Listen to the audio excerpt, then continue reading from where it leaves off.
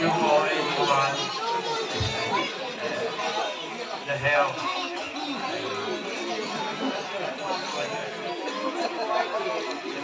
And give advice.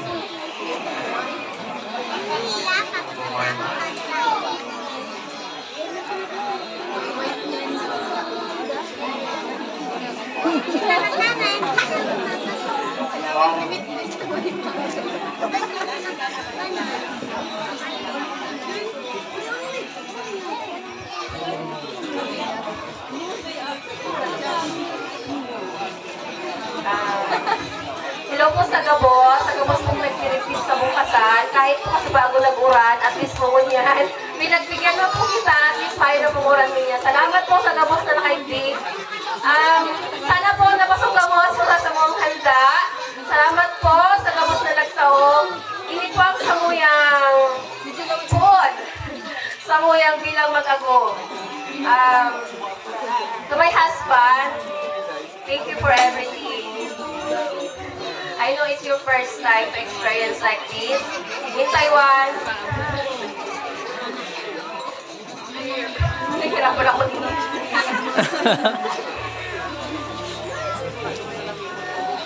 I know you have many questions about this kind of wedding. So maybe later I will explain to you everything.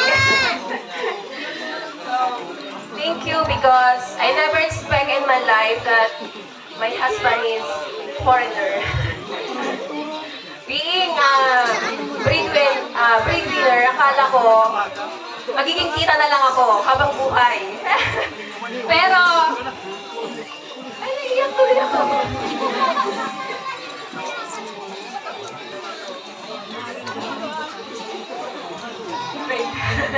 Naiiyak po ako tuloy.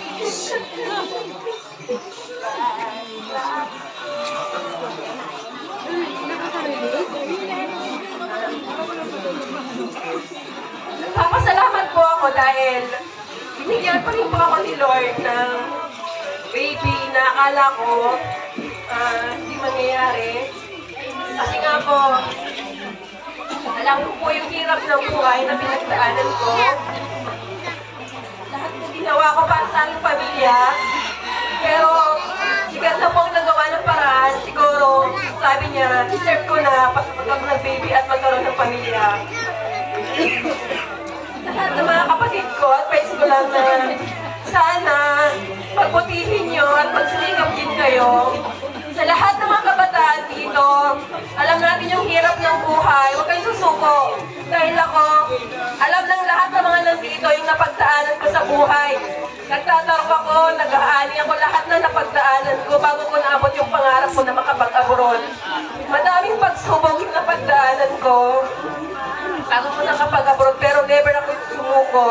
Kaya sa lahat na nangangarap, huwag kayong susuko. Sinasabi ko to dahil alam natin yung hirap ng buhay ngayon. Mahirap magkaroon ng pamilya pag wala kayong mga pera at pinapakain sa mga anak nyo. Kaya ako nagsumikap ng ganito. Kaya sa lahat ng mga kabataan dito na nandito, makinig kayo. Kung kayo man ay pinagsasabihan ng mga magulang at mga ate nyo, para yun sa inyo. Dahil ako, tamang-tama ko yung hirap since bata po ako hanggang sa paglaki. Kaya, deserve ko din siguro talaga na magkaroon ng asawang ganito na super bait. At pagkasal po namin na to, yun nga po, pagkatapos po nito, mauna po muna siya, yun nga po, susunod din po ako. Salamat po sa lahat. Salamat po sa lahat ng mga tulong nyo at na-appreciate po namin yung mga, lalong-lalo po pala yung mga nagluto.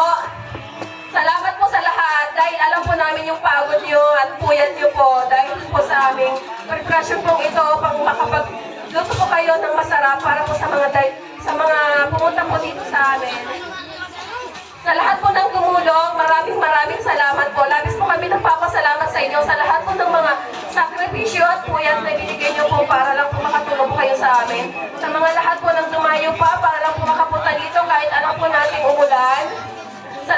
talaga, na-appreciate po namin lahat ng yon. Sa husband ko, thank you for loving me. I know, you know how much I love you. Thank you for everything.